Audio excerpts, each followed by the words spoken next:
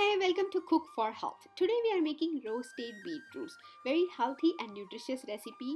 Peel the beetroots and chop them like shown in the picture in the cubes.